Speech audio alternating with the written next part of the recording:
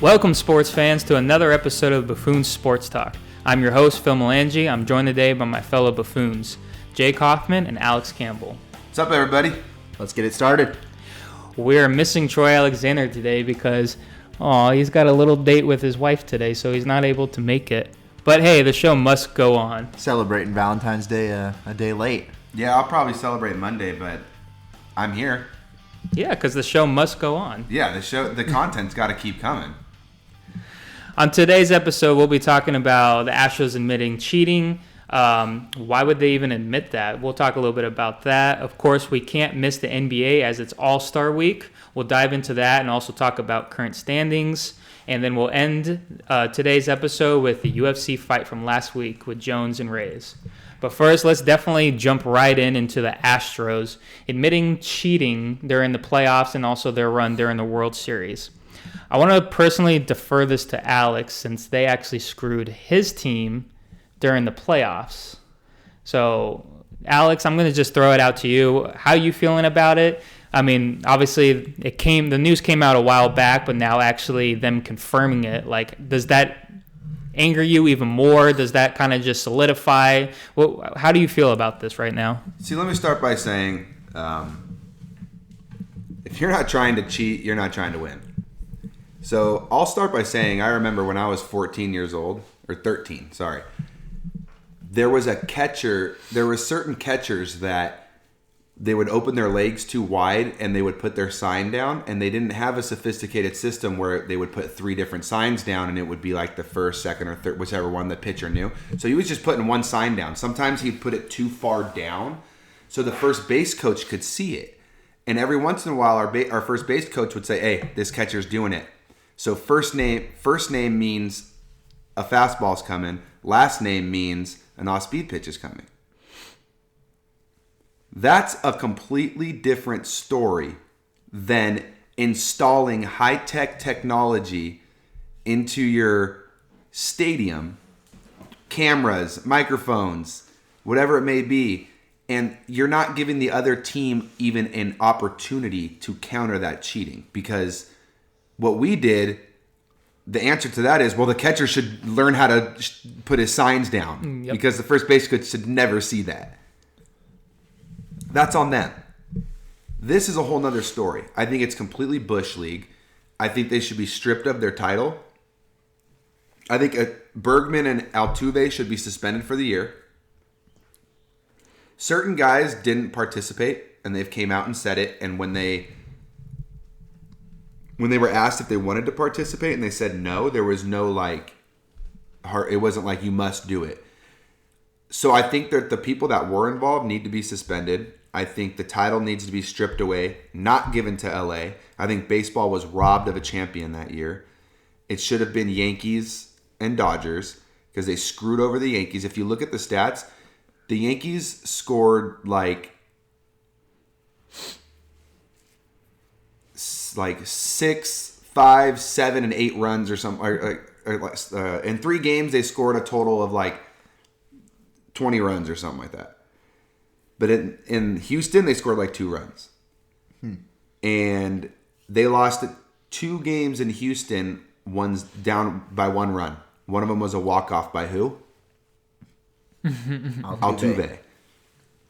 Who should also be stripped of his MVP. He should be stripped of his MVP, and honestly, they should just give it to Aaron Judge. Because that's an individual award.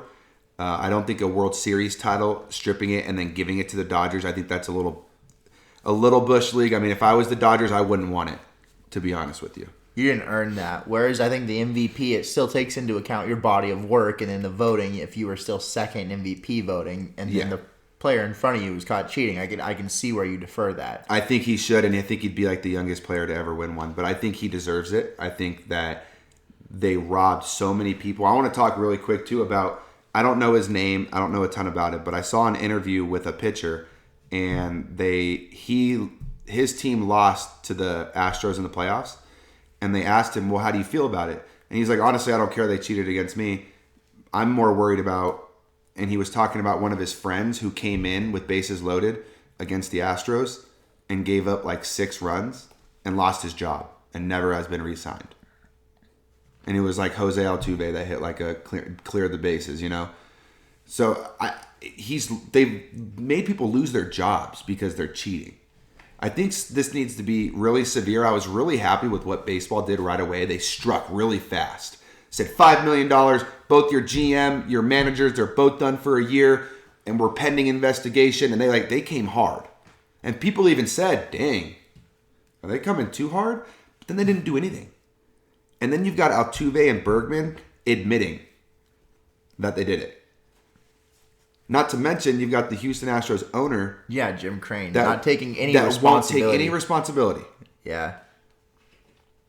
He won't admit. He's trying to say that even without them cheating, basically, they still would have won. And it's like, you can't say that. Not at all. And I just think it's, like I said, if you're not cheating, you're not really trying. But this is a whole nother level. This is like... This is along the lines of like debugging the locker rooms in the Patriots. Yeah. Because this isn't like deflating the ball. Okay, the refs should catch that. They really should. I hate to say it. Of course, it's still cheating. It's like because they still have the opportunity to touch the football and everything. Yeah. But when you're purposely recording the other team and you know exactly what play is coming up next, that's not even cheating. That's just ruining the game. Well, do you remember that walk-off home run as he was running to the plate? He was telling the players not to strip his shirt. Yeah.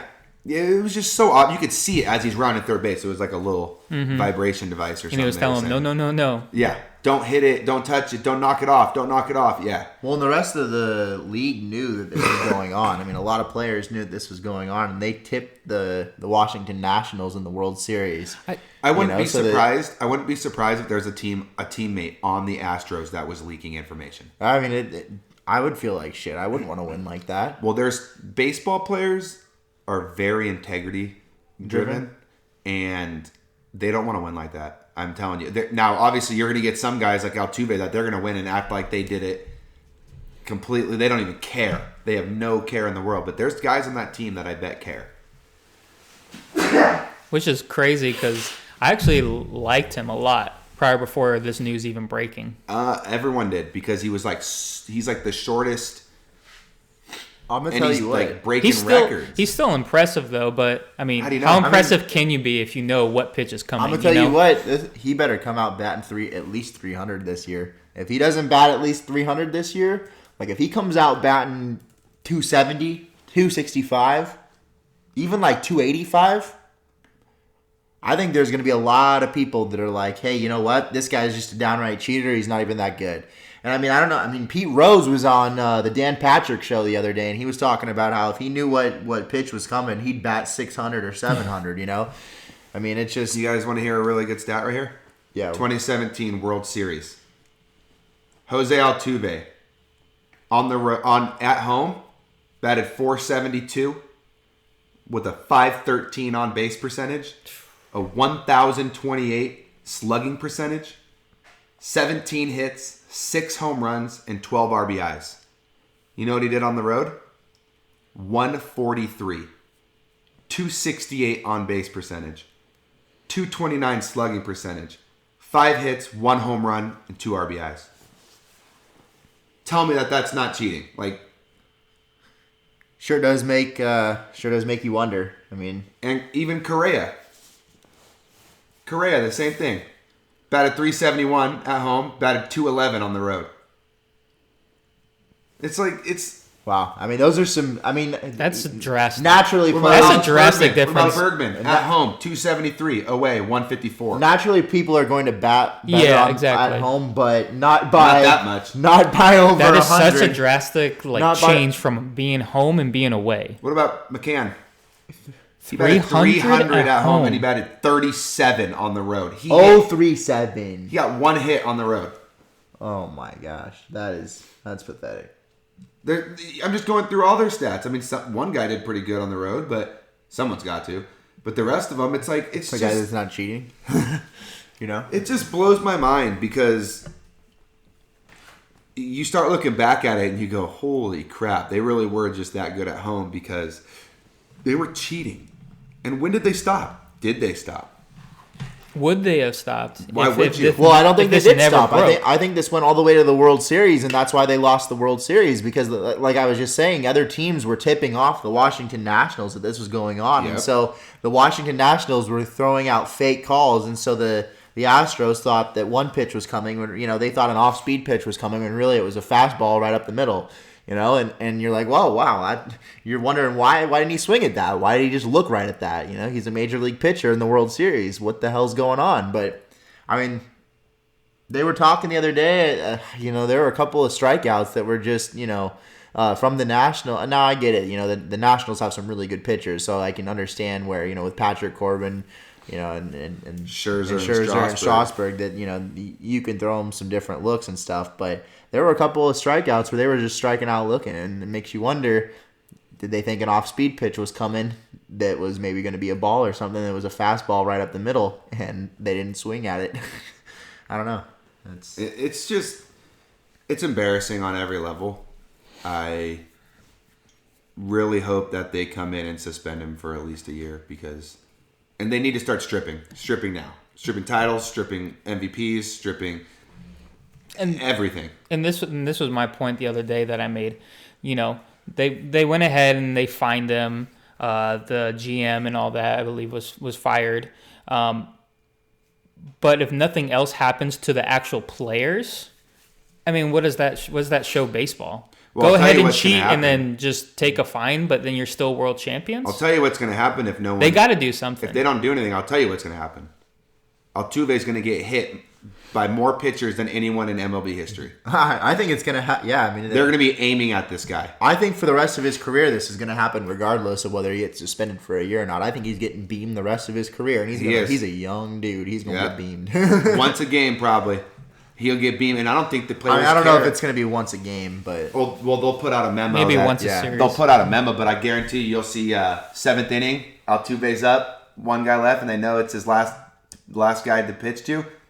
Why not hit him? We're up 3. Believe me, baseball pitchers are going to be the most pissed off out of anyone because you're stealing their son. They just got cheated out harder than anybody. Second half of the season, you're out of playoff contention, down by 3 runs. Beam him.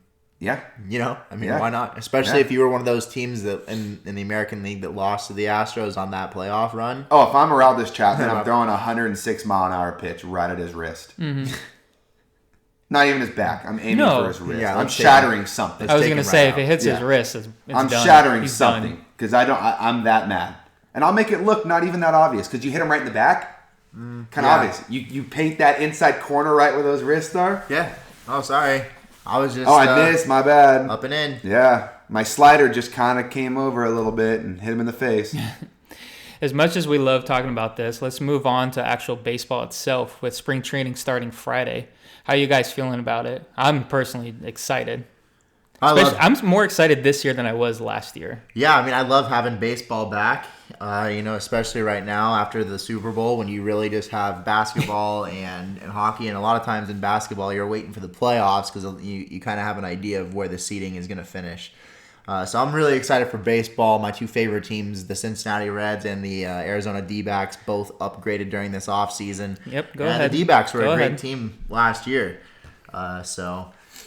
And I know Alex is excited because, his Yankees have kind of supposed to have been the contender for the last couple of years. In the Probably AL. would have been. Yeah, but then you get these cheating-ass Astros in there. And I don't care how much you despise the Yankees. You would have rather have seen the Yankees there winning legit. Because it's not good for baseball. It's not good for baseball at all. It looks really bad. I hope every single stadium they go to for the whole season, they get booed every single time they get on the field. I think they will. But I can't explain how excited I am because my job requires me to drive, extended amounts of periods, and there's no other sport that's like there's a game on at 10 a.m.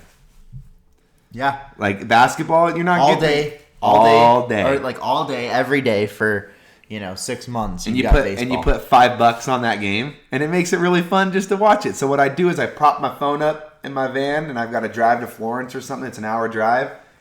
You get to watch an hour of baseball, basically. And baseball, you don't have to necessarily watch every pitch, but like, so I'm not like sitting there driving and just staring at it, But I'm listening to it through the speakers, and I can kind of look, home right when you hear it off the bat, and the announcer goes like, "Oh, that's a deep one." You kind of look down really quick, but nothing's more fun for me than baseball's just always happening.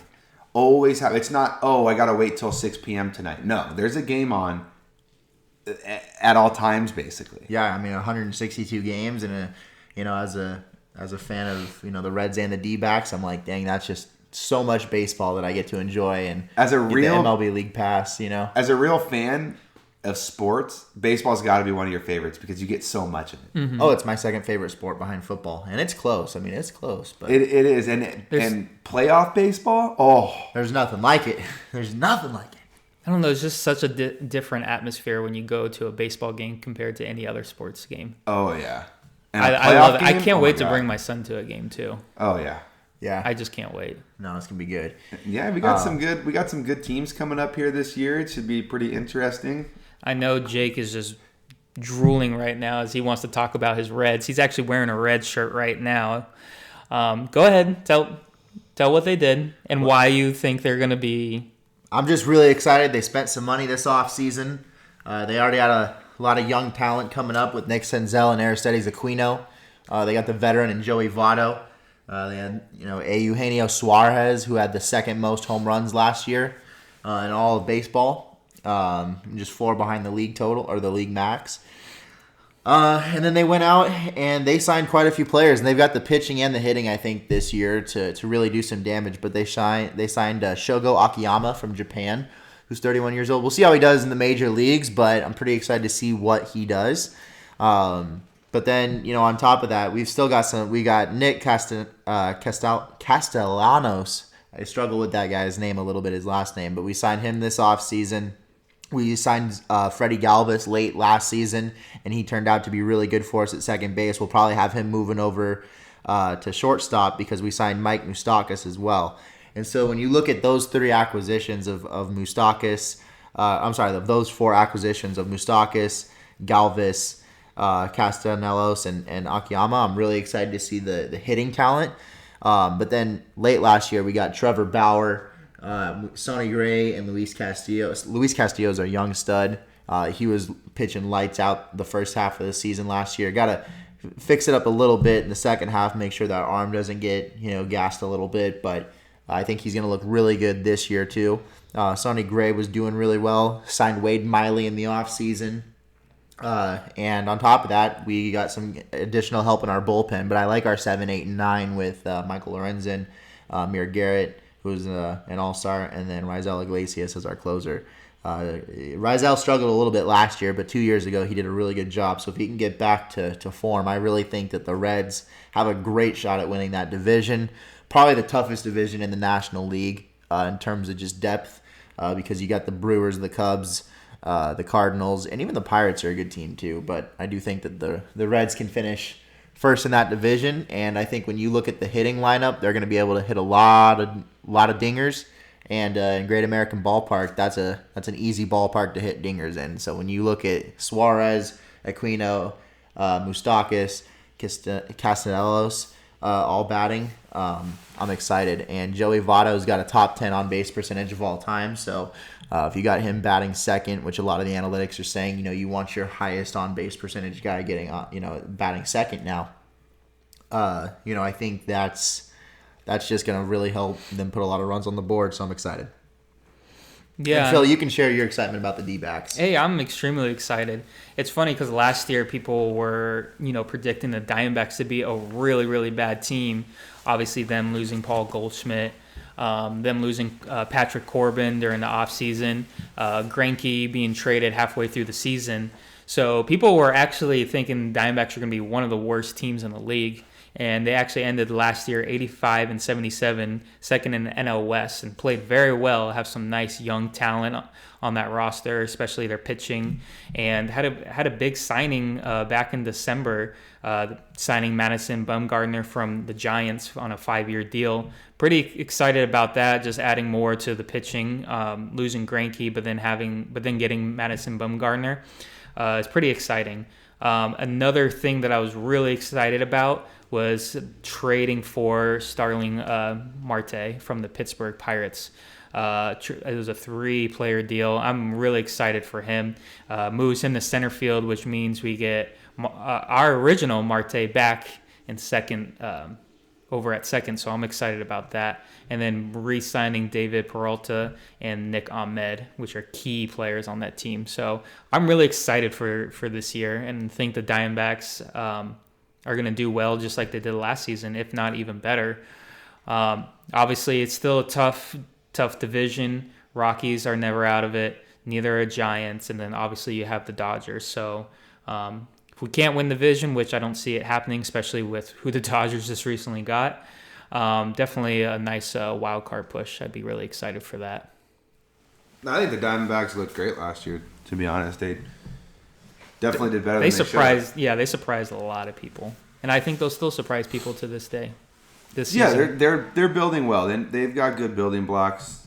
It's all about just spending that money and getting those right pieces in there, getting a little bit of attention. I'm still concerned about the bullpen, though. Closing out games is always a big thing that I'm nervous about. That's the toughest thing when you're a fan of baseball is watching your team when their pitching struggles because, I mean, let's face it, the Yankees hit the shit out of the ball last year, but the pitching is the reason why they couldn't get it done. I mean, I guess you could say the Astros cheated, but it's still their pitching could have been better. But now that they got Garrett Cole, they still have Luis Severino. James Paxton should be back in May.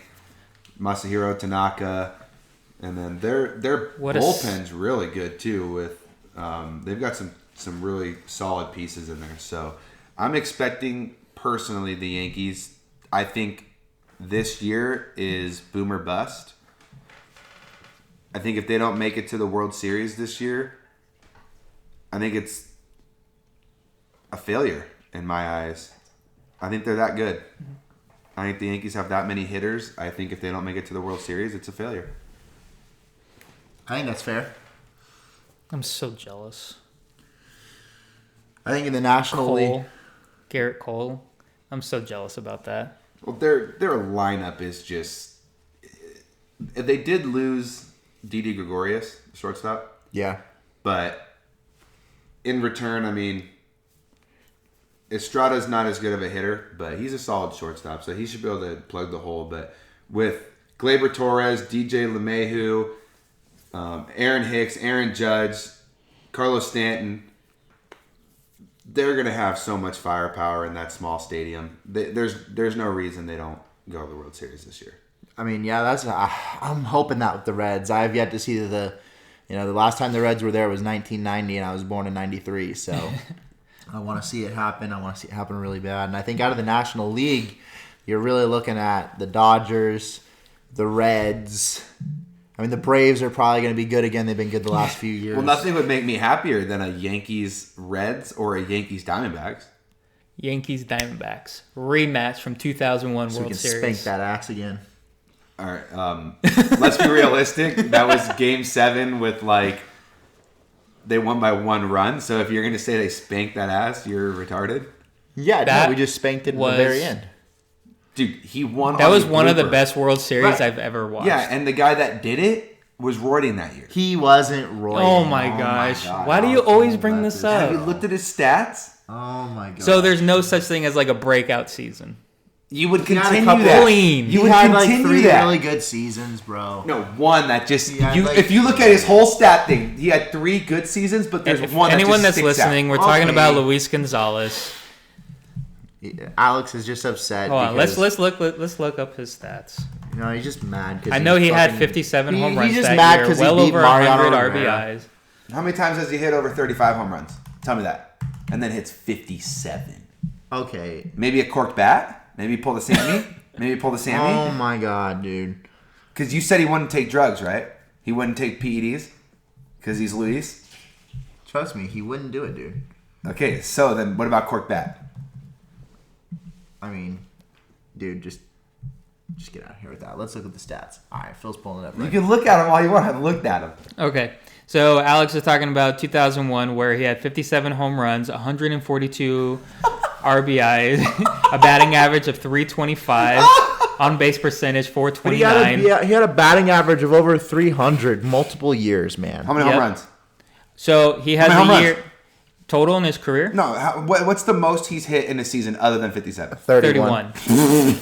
But come on. Hold on. He still had 114 RBIs, and Yeah, because still he's a batted good over contact 300. hitter. That power doesn't Dude, just come out of nowhere. No, he also had 609 at bats that season, though. I mean, which is significantly more than a lot of the other years where he was batting 555, 307, 541, 410. 26 more home runs. 26. Yeah, he was feeling it for a little bit. He went on He a little was streak. feeling it. He went on a streak. Bro, don't be such a hater, man. Well, I'll tell you. Why are you hating on I'll tell you him, why though? the Diamondbacks beat the Yankees, and it's not because of fucking Luis Gonzalez, even Randy though he had Johnson and fucking Kurt Randy Schilling. Johnson and Kurt Schilling, dude. I don't give a and fuck Luis what you say. Gonzalez. It was those three. It was that trio right there. And honestly, Mark Grace beat your ass too. And steroids. Not that the Yankees weren't used either. Yeah, it was like Rodriguez. Alex Rodriguez. I don't remember exactly who was on the team. Rodriguez wasn't there yet. But yeah. Cheaters. Shut up. But I'm sorry. You have okay. the best organization. I know. The but best tell baseball me, team ever. Okay, let's say. Give us this one not win even for that Arizona. close. Hold on. Arizona does not win whatsoever. Hold on. Let me think of a Like player think right of it, quick. the Cardinals could win the next 15 years in a row, every single World Series, and they still wouldn't have more than the Yankees. Isn't that ridiculous? Let me ask you a question. All right, what? If that wasn't Luis Gonzalez and you were just looking at some random player on like the Boston Red Sox, would you not say that looks a little suspect? No. During a steroid era, when no. everyone was Okay. juicing. I'll admit, yes, probably. It would cross my mind. But you know who Luis Gonzalez is. No, I don't, because I don't. He's not my He had fucking over dad, and I 100 don't hang out with him on weekends. But dude, he had over 100. He was so well involved in the community. You can tell this guy's full of integrity. I just don't believe it. Yeah, Him, so was I just Aaron don't believe Hernandez. it. He had over. Oh no, Aaron Hernandez, you knew from. He was trouble in college too. Dude, he bat over 300, not over 100 RBIs over five times in his career. Like, no, dude, I don't think he was. Okay, I'm talking. That's fine. I'm not talking about. I always said he's a good contact hitter, but you don't hit 26 home runs more unless you're juicing. Like Melky Cabrera, when all of a sudden he hits like 50 home runs, and you're like, dude, you have never hit more than 25. And then what happened? 65 game suspension. You're popped because you got caught doing roids. No. There's a doctor But out you there can that put see- but needles you in can Luis's see in butt. his years, like he progresses to lead up to 57. He does. If you look at it, his batting average goes up every single year. His RBIs go up every single year. His home runs go up every single year. Like he's just progressing. And then what happened right after that? And then he wins the home run derby that year. Then after And his then home what runs happened went right back after that? down to He where goes, they were wow, a I couple won the years home run prior. derby. He I won has, a World he has Series. 28. He in the following year 28 home runs. He did get hurt. I know he was injured. What about the next year? The next year he hit 26. What about the next year? Then he hit 17. What about the next year? 24. That's not fair. Then he was like 37, 38. Like, that's not fair. Yeah. That was So like he his never prime. hits. That was like his prime. and then he just He never hits more than 31, and then hits 57. Oh my god. First off. He started hitting a lot better Quit when talking he came shit to about the him. He's like my D-backs. favorite. He's like my favorite baseball player He ever. started to Fuck do off. way better when he came to the Diamondbacks when he was 31. Yes. So you're gonna hate on the guy for not doing well his first 8 years when he was playing with the Astros and the Cubs and a short stint with Detroit for a year. Get out of here with this. You know what? I'm done with this conversation. Yeah, I think we can move on to the next. Let's move on to the next. I think topic. we're all excited about baseball. You can tell by our, how we are right now. We're just Clearly, excited. the fans can tell that Alex is just salty that Mariano Rivera got his ass beat by Luis Gonzalez. It had nothing to do with steroids. rolls his eyes. He just hit the blooper out there, won the game. Okay, you're right. You won on a bitch hit. Was that steroids? Yeah, 'Cause he's such a good HGH helps your eye contact. Oh my god, you can. We're going to move on to the NBA. We're going to talk a little bit about the All-Star break and the current standings. But first, we just want to say... My name's Roger Clemens, and I just throw as hard as I can when I approach 40 years old. Juiced to the gills. Let me tell you a story really quick. Okay, I was 14 and we went to Vegas. No, put this on the. No, go. Yeah, when I was 14, we went to Henderson, Nevada, and we were playing in a baseball tournament for USSSA, and we went to Vegas on the Strip and went to GameWorks. Let me remind you, my dad was 6'4", 325 probably at this time. We go down the escalator down to the bottom floor where the GameWorks are because we're having our teams meeting there and we're gonna have pizza and play video games at the arcade. I'm walking down with my dad. My dad's like 3 feet in front of me. I see a guy walking towards us that looks to be 2 inches taller and looks to be the same weight as my dad, but fit. Walking like he would have to walk sideways through a door. Just a monster human being. And I for some reason was drawn to him. I was like, not just because he was a massive dude. I was like, he looks familiar. I like kept staring at him. The GameWorks guy stops me and goes, you know who that was? And I'm like, no. And he goes, that's Roger Clemens. I went nuts. Don't care if he had did roids later. I ran up to him, asked him for his autograph. He signed my hat. I still have it somewhere. And he told me, please don't tell anyone I'm here, blah, blah, blah. I ran right to my baseball team's little table, and I was like, guess who's here? And they're like, who? And I'm like, Roger Clemens, and he's right over.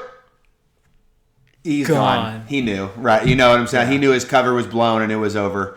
So, which kind of sucks. He had his kids with him and they were trying to enjoy their night, So, but I'm 13, 12. I was probably 12 actually. I was 12, and I'm seeing like one of my idols, And it was just, I know you were just making fun of him, but it was just cool to actually run into him and see someone like that. He was a massive human being. Yeah, from the steroids. I think even before that he was a pretty big boy, but yeah. No, I always wonder, like, they weren't, I don't even think they were doing like Trembolone or whatever. They were just doing like, a lot of them are just doing HGH. Well, I don't know what he was doing, but he was years old when his arm should be gassed and should be jello. And he's still throwing 96. Packing more heat than he's ever thrown before. Fucking cheating. You want to talk about it? Making $3,500 a pitch. Yeah. In like 2007. Yeah, I know. One vial. All right, we're going to move on to the next one, talking about the NBA, like I mentioned before. But before we get started, we just want to thank you guys for tuning in and listening to the podcast. Please subscribe. Please share. We love doing this podcast, and we love providing this content for you guys. You better subscribe to this shit. That's a way of saying it. Yeah, subscribe to this shit. I like it. Yeah, I mean, please. There's a please there, so if you can. But yeah, again, we appreciate you tuning in. But let's move on to the next one. It's the All-Star Week. Ooh, in basketball. All right. Our boy Troy ain't here. He's missing out on his favorite topic, but we'll go ahead and just handle it this time. Well, you figure, I mean, this is a week without basketball, so if there was going to be a time for the big T-Rizzle to miss. That motherfucker planned it so perfectly. Right. He did it on purpose. Yeah. Yeah. Dude, what am I going to go do? Just talk about UFC there or what? He's like, yeah. He's like, I'm not going to talk about baseball or fighting, so I guess I should he's going to listen to this whole entire thing. I'll just go on. Yeah, I know. And we love him for it. But yeah, obviously this year is a little bit different. It's a memorial also for Kobe Bryant, so a lot of this All-Star Week is themed after Kobe and his daughter Gianna. So I know they changed the rules a little bit during the fourth quarter. I don't really know the rules off the top of my head. I remember reading them. It's pretty interesting. I think this year in the All-Stars, we'll definitely see players trying more. And I'm hoping we see that because you have all the best players in the world competing against each other.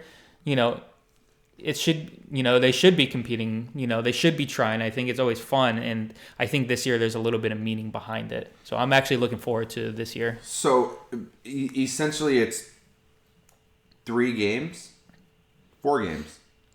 all in one. Each quarter is a game. So what they're doing is after the first quarter, they're going to restart the score back to 0. And it's to 24, right? Yes. Whoever gets to 24 first? Yes. Okay, and that's because of, Kobe Bryant number. Yeah. Okay. And then once the fourth quarter comes, they'll add up all of the total scores of all three, because whoever wins each quarter gets $100,000 to donate to whatever charity they want. Oh, nice. See, that's cool. And then in the final fourth quarter, the final target score clock is going to be turned off. The game clock will be off. And the target score is determined by the leading team's score for 3 quarters and adding 24 points. So no, Phil, it's the last quarter is 24 points. So it's going to be timed for the first 3. Then they add all those points up, and then whoever can score. So if let's say LeBron's team has 85 points to end the first 3 quarters, they'll add 24 points to that, so they'll have 109. Yeah. And they have to score, their target score is 109. The other team might have 65. They have to score to 109.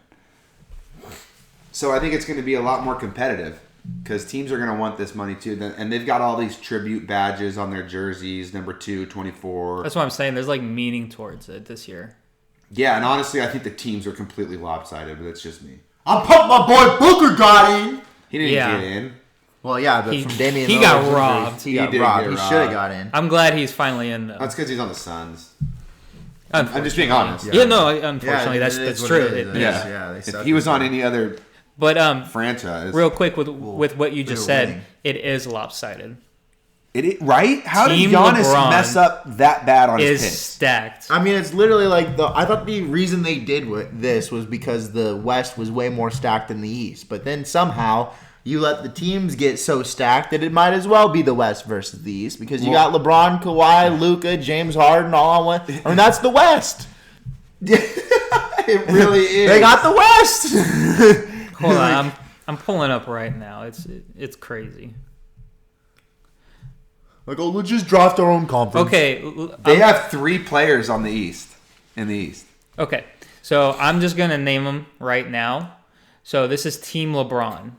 LeBron being the starter, and Anthony Davis, Luka, James Harden, and Kawhi Leonard. Your reserves are Jokic, Damian Lillard, which obviously was replaced with Devin Booker, Chris Paul. Have a trouble always saying this guy's name. Him, Ben Simmons, Jason Tatum, and Russell Westbrook. Okay, that's Team LeBron. Which is just stacked to the gills. Now, his team, Giannis's team is Giannis, Joel Embiid, Pascal, Kemba Walker, Trae Young. And then your reserves are Bam, Jimmy Butler, Rudy Gobert, Brandon Ingram, Kyle Lowry, Middleton, and Donovan Mitchell.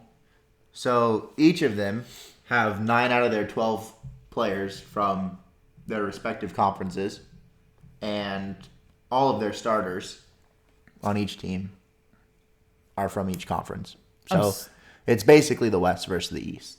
I'm sorry, but it's so. I'm just looking at. I just keep staring at it. I'm like, how? How did that happen? Well, Phil, before you got here, I went through this with Jake, and I go, well, let's look at this. I go, who would you rather have, Anthony Davis or Giannis? And I said, you know what? Okay, let's be fair. Let's say Giannis, but not by much, right? Mm-hmm. I mean, not by much.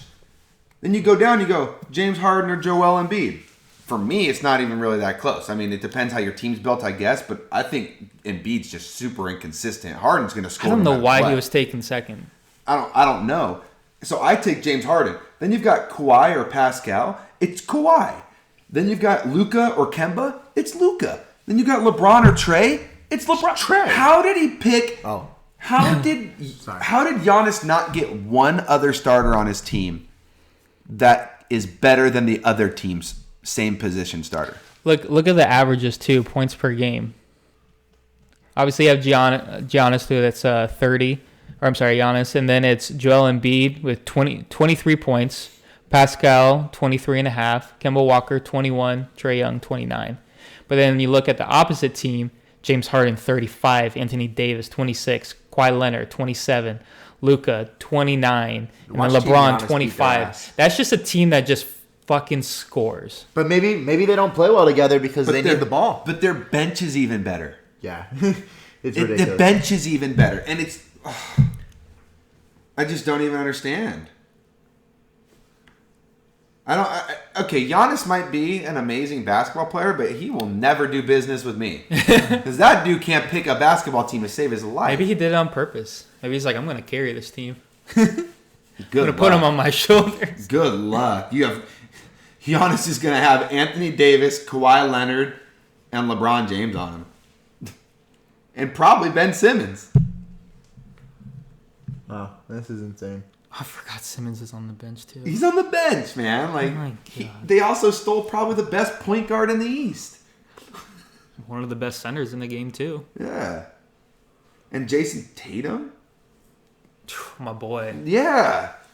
Like, He's so exciting to watch. And especially, it's sad to say, but ever since Kobe Bryant passed away, I feel like he's been a different player. For some reason, all the Boston games are being televised recently, and just watching him play, man, he's exciting to watch. I'm a big fan of him, and I think he's going to be something special soon. I do too. So, I mean, but what do you guys think about the rest of the NBA season? I mean, now that we're at the All-Star break, everyone always wants to talk about halfway, but the truth is like it's 2/3 of the way done. Do you want to go over like who's currently like seated in top 8? I don't know if we need to go through all of them. The truth is, can you guys agree? I mean, I think there's really only 3 contenders: the Bucks, the Clippers, the Lakers. I don't really think any other. I mean, I guess the Rockets have the roster, but I just don't see them beating any. I don't see them beating the Clippers or the Lakers in a 7-game series. I don't see it either. I think it's the perfect time for them to go small, but... Excuse me. Bless you. Excuse me. Lord. Yeah, I know. Fuck. Wow, okay. So... but I just don't see... Yeah, I think those are the 3 teams, but I don't know, man. I think But then you have those teams, though, that, like, can, knock one of those teams out easily. See, I think the Bucks can lose in the East. I think the Raptors can beat them. I think the Celtics can beat them. The Pacers? And I think the 76ers can beat them. Oh, okay, but I guess not the Pacers. They've been struggling a little bit. The Pacers are solid. I just think Giannis won't allow that to happen. Did the Pacers struggle against the Bucks the other night when they beat them? Wasn't Giannis not Giannis playing? didn't play. The best player in the game did not play. Literally the best.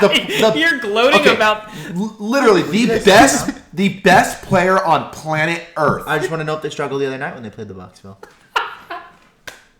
No, they didn't. They You're didn't right. play They the Bucks. didn't. They didn't even play the before Bucks. that when Oladipo's come back. They didn't He play the hasn't been Bucks. shooting the best. The Bucks are Giannis. Oladipo will get back to form with his shooting here soon. They lost like 6 straight before that, which was rough. But you know what? They returned to form against the Bucks. I mean, there's still a decent amount of basketball left. Bucks but are a great if you defensive look team. at the Bucks, like they're 25-3 at home, and they're gonna most likely have the first seed going into the playoffs. That's scary. That's really scary. I think they leave the East. I don't think there's any upset. Yeah, whatsoever. I think the Heat might be able to do it too. The Heat have some. The Heat some are solid, man. pieces. The Heat are solid, and Jimmy Butler can do a lot of things on both sides of the court. Especially so. getting Iguodala too. Yeah, Or even the yeah. Orlando I Magic. forgot about that, man. Yeah. No, Yeah. they're you got to watch out. There's 4 teams in the East that I think could. See, here's the thing. I think the only team that stands winning a championship from the East is the Bucks. But I feel like the Bucks could fail to even get there. I agree with that statement. So I don't think any other team in the East is going to beat any team in the West. I agree with that. But I do agree with you. I do think the Bucks could be upset. There's a couple teams in the East that play them well. Yeah, I mean, last year Toronto beat them. They lost the first 2 and then won 4 straight once they shipped. But they don't have anybody to. They definitely did that improved because they what put, they needed to improve. Well, during Kawhi the Leonard. Well, that's what they did is they put Kawhi on Giannis on Giannis. game 3, and then they won 4 straight, and there was no answer. And Yeah. this year they don't have Kawhi, so I don't know that Toronto will be able to do that. And I'll be honest, I was talking to Troy about this. If you had to put Kawhi again on Giannis this year, I don't think that happens again. I don't think so. I think either. Giannis has grown as a player too much, and I think Kawhi Leonard's hurt. Do you remember how upset he was after they lost the series? Yeah. No, he's pissed. He's ready for revenge. But This I think offseason, he's been working his ass, and you can see it. I think there's how they're something- standing right now. I think Kawhi Leonard has like arthritis or something. there's to be something, but no, there's No, I really do, because I I think know, he has I to know. take load management for a reason. I think There's- he's got arthritis, and I think that his career will be cut a few years short from it. And I think that he knows that in order for him to be able to perform at his best in the playoffs, that he has to take a lot of games off because he's got arthritis or something. Maybe not, but that's just my hunch. I think Well- isn't it his hip or what was it originally that he I don't sat know. out for? I hear so many things. I just The think he's got some hip, inflammation. back, I think there's knee. something actually wrong with this guy. That's what I'm saying. If it's arthritis, that would explain. I mean, if he's got multiple injuries, that arthritis is just inflammation, right? I mean, so there'd be considerable, areas in which there would be. That would be inflammation. crazy to even hear that though, because with how far science has come, you don't hear that many players sitting out with arthritis and stuff like that. Well, but I mean, if he's got rheumatoid arthritis, it's an autoimmune disease, right? So Yeah. I mean, there's no reversing it. Yeah. So there's some things that can treat it, but I mean, it doesn't. You play Doesn't that much actually get rid of basketball, it. it's going to take a toll on the body, especially with all the workouts and everything associated with it. So, but I think, speaking of that though, Kawhi has an opportunity to, and I think that's his goal. And I think one of the things that he intentionally did by going to the Clippers was he noticed that there's a window to win this year. And I think that if he does that, that elevates Kawhi Leonard on the all-time list significantly. That'll be 3 different franchises he's won a championship with, 2 of which had never won one or even gone before. Toronto and Potentially. and the Clippers if they take him there, right? So He's had some solid help. sure, but I mean, That if you, Toronto team last year was so good. sure, but not like he did in San Antonio. I mean, you look back at that San Antonio championship, you're like, oh well, he had Duncan, Ginobili, Parker, he had Danny Aldridge. Green. Aldridge was One of the there. best head coaches they ever. got You're right, he wasn't, Popovich. yeah. They got Aldridge after. Yeah, Popovich, the greatest, probably you the know. greatest coach. But then of when all you time. look at, wow, he won one with Toronto, and then if he took the Clippers to win one, I mean, that all of a sudden, now 3 championships with 3 franchises and 2 like that. I mean, you're not talking like He's Lakers had a and Heat. lot I'll be of- honest- He's had a lot of chess pieces fall into play for him because I'll- LeBron left the East right when he went. But however, I would Yeah. be surprised if the Clippers do make the finals, because he's dealing with his issues, and then also Paul George is dealing with his issues as well. Well, I think I personally have said If they're going to continue that, I just don't see it how they're going to make it even through the playoffs if they're constantly having to deal with their injuries or whatever situation they're currently going through. I think the Clippers they're a better. It's so tough. I think they're a better team all around than the Lakers. But if Anthony Davis can score 15 points in the fourth quarter, I don't see the Clippers beating them. Funny fact for the Clippers: at home they're 22-5. On the road they're 15-13. But they're not going to have a home game against the Lakers. No, I know. I'm just saying, like it seems like they're a different team. They're really They're not home going or to have they're a home away, game against the so Lakers. It's they gonna need be- to work on going up even higher in the seeding. Well, every game's going to be at the Staples Center, but it's just not going to be a home game. Well, see, the Clippers, I don't think it matters if they're the 1 or 2 seed, but they do need the 2 seed. I agree with you. I don't think it's favorable for them to have to go try to, especially if they're having to go play in Denver. That is not going to be an easy place to go play with that elevation. So. Okay, they're the 3rd seed right now. So let's say the playoffs started today. They play the Thunder. Yeah, they probably have that, but then the next round they have to play like the Jazz or the Rockets, for example. I'd be concerned. No, the next round they would have to play the Nuggets. The Jazz or Rockets would play the Lakers. Yeah, you're right. And okay, so, even better than no, that's bad. That's exactly. bad. That, to my point, I think the Nuggets could take the Clippers in a Not 7-game only- series. Not only that, I think that if you're having to go play in Denver or Houston, Denver's harder to play in for sure. I'll be honest. I elevation. could see the Clippers ending with the 5th seed. The Rockets are on a tear. I think they win. I think they really start winning a lot of games. I really do. Jazz is on a 4-game win streak The right Jazz now. are just solid. And I don't know, man. I think the Clippers with this load management, they just lost 2 games in a row with Kawhi playing. Look, from 2 through 7, I think any one of those teams gets hot, or any one of those teams goes through like a 4 or 5 game span where they struggle to play well together. I mean, it could easily get thrown all over the place. The Nuggets could get the 1st seed. You don't even know. Mm-hmm. They are that good. at home, too. I mean, to be honest, I'm rooting for the Lakers this year, obviously because of the whole Kobe situation, and I think it'd be great for the city of Los Angeles to win a championship. So I'm kind of rooting for the Lakers this year to win it all.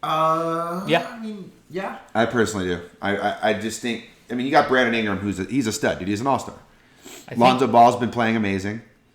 You've got studs on that team, man.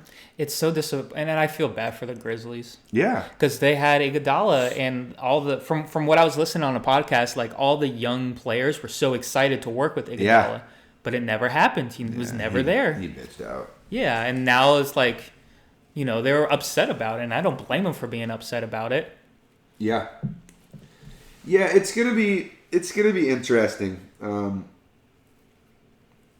Zion's definitely really good. I think Phil, we nailed it on the head. He needs to lose some weight. He needs to learn how to walk. I forgot who I was watching, but they were doing a segment on it, and one of the dudes is a big fat white dude. And he goes, "Dude, he walks like me." He's like, "I'm 48 years old. He walks like me. He's 19 years old. What the heck is going on?" Yep, exactly. But he is a stud, so. He is. All right, well, we'll go ahead and move on to the last topic.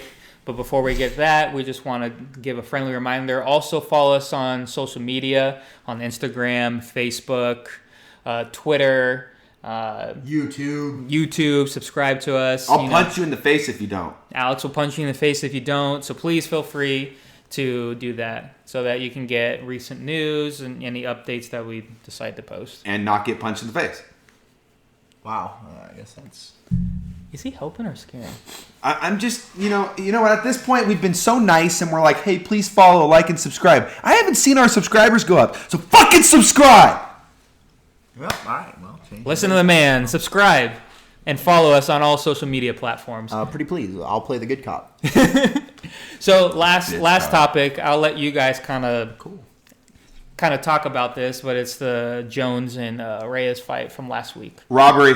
Yep. Straight robbery. All right, I guess we can end it there. There's a new UFC light heavyweight champion. His name's Dominic Reyes. Don't give a fuck what they say and try to sell us. Corey Anderson's going to fight Jane tonight, and they're saying whoever wins that is possibly going to get a title shot. Why the fuck should anyone get a title shot instead of Dominic Reyes, Jake? Well, because Reyes just lost, but he didn't lose. He was robbed. The fact that it was 10-8, I mean, the fact that one of those judges judged it 10-8 is absolutely ridiculous. I mean, it's very clear. Now, look, in the 4th and 5th round, John Jones won. But the first 3 rounds, it was very clear. Yeah, but there wasn't I don't think anyone judged it 10-8 in the 4th and 5th, but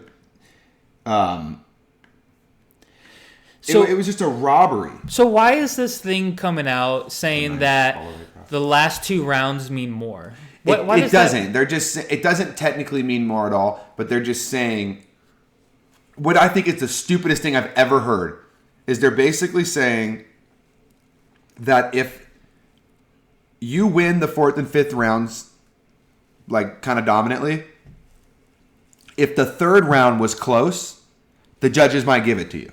Just because, I mean, it doesn't really work like that because they score. I believe they score the rounds after each one. I don't think it's like boxing, though. I got to look into that. I'm sorry. That's right. I was assuming it was a 10-8, but it's because one of the judges scored it fucking 10-9, 10-9, 10-9, 10-9, giving 4 rounds to John Jones. Yeah, 49. That was my mistake. 49-46. I thought he scored one of the rounds 10-8. No, he's just that blind. No, he's that dumb. That was the guy that Joe Rogan was making fun of for not watching the fight earlier tonight. Oh my God, that's even. A judge I don't know what frustrates me more. I think that pisses me off even more that it was 4. They scored it 4 rounds. It's embarrassing. I can see a 3-2. If you're retarded and you give John Jones a 3rd round, I'll give you a pass on your retardedness. But what were you? What was he watching? You're telling me he won the 2nd round? Because let me tell you something. Two of the judges gave the 2nd round to Dominic. He outstruck him 27-21 in the 2nd round. Well, last time I checked, the more you get punched in the face, he was controlling the whole round. He was stepping forward the whole round. The whole round, he was controlling the octagon. He was throwing more punches, landing more punches. Never got taken down there. And they want to say, oh, it was the takedowns in the 4th and 5th round that won the fight. He took him down 2 times and kept him down for 9 seconds. Do you think a takedown should really even matter if the guy gets right up? Look, if you want to score it, I mean, like, if you want to score the 4th round, that's not even what the cards say. That's a terrible excuse because what the cards are indicating that you scored the 2nd round to John Jones, which was wrong. It was just wrong. It was wrong. It's embarrassing, to be honest with you. So and do you I think the for last this- two fights that John Jones has fought hasn't been that impressive. So do you think for this, someone who's not necessarily a UFC fan that doesn't know a whole lot about how it works and whatnot, do you think for this fight politics played a role in this? 100%. And There was why another fight. why would they want John Jones to keep the belt? So he can move up to heavyweight. To be honest, I don't really like, know. what's the Phil. benefit of him like winning compared to Reyes? Because he's supposed to go to heavyweight. So they were saying this could be his last fight. So maybe letting him ride off in the sunset as the greatest light heavyweight UFC fighter of all time, maybe? No, I think if he loses at light heavyweight, you don't move up to heavyweight. I think it's that simple. He's got to stay He's down gotta there stay and fight down there and Reyes fight again. Reyes again to try to get his belt back, and or fight, like Corey Anderson or like you were just talking about earlier, the winner of tonight's fight. Like, so I mean, I that's why. And I think that at heavyweight, if he fights Stipe or DC at heavyweight, oh man, you're talking about pay-per-view sales or ESPN Plus sales like you haven't seen before. And if I'm ESPN right now, I want that like no other. I'll tell you what, Jake. We've talked about it before, Jake, and I did a 180. I think Stipe would beat the fuck out of John Jones. I wouldn't have thought that so the last two fights, like I said, haven't been that impressive by John Jones. And if I just see a sample size of one, I'm like, you know what, like maybe he was just bored, like he was just fighting not to lose or whatever. But this is two fights in a row where I'm This like, isn't just hey, two. like This isn't just two. Ever since USADA came in, John Jones has never been the same. Ever since he fought OSP, never looked the same. Maybe one of those fights, but I think he popped for some micro thing, so could have been juicing again. But he honestly is really boring to watch. He fights like Mayweather, fights not to lose, and he lost that fucking fight. He fucking lost that fight. I know, that's why, but I want to watch him go up to heavyweight now, and I want to watch him fight Stipe or DC at heavyweight. I want to see him fight a third fight Francis Ngannou. The scariest man on the planet. That's who I want to see him fight. Yeah, I want to watch him fight Stipe first. No, I don't, because I don't want him to. I don't think he deserves mess a him championship right away. I want to see him fight some. You don't think John Jones, who's arguably the greatest of all time, deserves a championship? No, because he's a bout piece right of away? shit. He is a piece Fair of enough. Because he's a piece He of is a shit, and there's piece of other shit. heavyweights that low key deserve it. But I could see why they would give it to him, and I wouldn't say he doesn't deserve it, but I think he's a piece of shit, so I don't think he does. But I want to see him fight some heavy hitters. I want to see him fight Derek Lewis. I want to see him fight Francis Ngannou. I want to Derek see him Lewis has fight. a jaw, I want to man. see him fight a wrestler that's a heavyweight, Curtis Blades. I want to see him fight some. someone who has a jaw, man. Well, I'm I could tired take of his doing head. this. What? Okay, why are they going to put him against Stipe? Oh, well, guess what? Stipe's 236. What's John Jones? John Jones will fight at heavyweight at 240. Yeah, I mean, He might even go in at I 245. was gonna say 245, but yeah. He's longer than Stipe. He's taller than Stipe. He don't hit harder than Stipe, but he's got all the tools to beat Stipe. Whereas you put him in against Francis Ngannou, and you're like, God damn it, our little fucking prized possession, John Jones, literally could lose his life tonight. But that's why I want to give Stipe the opportunity to be the guy to give John Jones the loss. Wouldn't it be better if Stipe won like 2 or 3 more? And if it's not Stipe, I want it to be DC. I think DC deserves the opportunity to give him DC's the never loss. But fighting he's not John Jones fighting. again. I know. But if he did it heavyweight, can you imagine? Oh my God, I'd love that. But I would want to cry if it happened again, though. If John Jones knocked him out again. I know I'd cry harder than he did when he got kicked in the head. Which they never should have interviewed him after that, but like the dude just, his whole dream was just crushed and he was just kicked in the fucking side of the head. And you're going to say, hey, how do you feel right now? I feel like I just got kicked in the fucking head and got rocked, dude. I don't know. Fuck you, Joe Rogan. Like I thought we were supposed to be homies, man. Yeah. Like No, but I just feel like, really quick, before we end this, let me just pull up some guys really Pull it quick. up. I'd be interested do to it. see. Pull it up. Let's just look at the top 10. Okay. Where's... Well, you're looking at pound for pound. You want to go... Yeah, so this is pound No, for pound. I wanna Go see down. heavyweight. Yeah, so keep going. Heavyweight. Right there. Yeah. All right. See, this is what I was talking about. I'd love to see Francis Ngannou. I'd love to see Curtis Blades, Derek Lewis. Throw him to Rosenstruck. Whoever wins between Rosenstruck and Francis Ngannou. Even Alexander Volkov. I mean, Volkov would be. He would give him trouble because he's 6'8", whatever he is, and he's lengthy. He's the only one lengthier. Dude, throw him to Alistair Overeem. I think he beats Alistair Overeem. I don't. So do I, but guess what? You still got to get in there with somebody to start. Yeah, but I'd rather see. Yeah, I don't know. Stipe, DC, Francis Ngannou. Those are the big three that I'd like to see. I just don't think he deserves Stipe right away, but maybe I'm just tripping.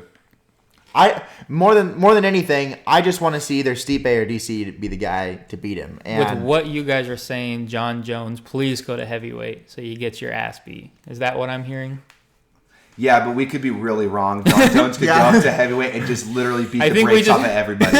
I mean, Phil, I think he's that talented. Yeah, I mean, he's one of the top 5 fighters, no matter how you want to spin it. Did you see when he was suspended for a year and he was powerlifting, what he was doing? Pretty sure he was deadlifting 650. I think. That much? Dude. Damn. Strong. No, I believe it. That's insane. 6'4", 245? No, I mean, I believe it. I want to see it, though. I mean, if we're talking like the top 5 fighters of all time, Phil, John Jones deadlifting 600 pounds. Damn, that's insane. And he looks low-key scrawny. So I'm telling you, this fool could go in there 250, jack to the gills, deadlifting 600 pounds. Yeah. I mean, that means he can at least pull 500 on a consistent basis. Yep, squats 500. And do a 55-inch box jump. Yeah, that's insane. Damn. So, yeah, let's just end it on that. John Jones is a freak of nature. Piece of shit. Top 5 all time. Hope he get his ass kicked. I brought it up, so I'll just say it really quick. You got John Jones, Anderson Silva, GSP, Mighty Mouse, and probably Khabib. Those are the top 5. I mean, you could probably argue maybe Fedor, but I want to see. Let's go off UFC. But yeah, going off UFC, you know, I want to see John Jones. It's all about Khabib. Get his ass beat. It's just all about Khabib. You need to get on the train. You need to get on the Khabib train, please. Just join the Flying Eagle. I want to see him lose. It's not that I actually wanted to watch him beat McGregor, but now I want to see Khabib lose. No, the Eagles. I don't want to see anyone go defeated in fighting. All right. Well, thanks for listening, guys. Subscribe, assholes, and we love you guys. That's the most interesting way to end a show right there. Bullet. Calls them assholes and then take it away.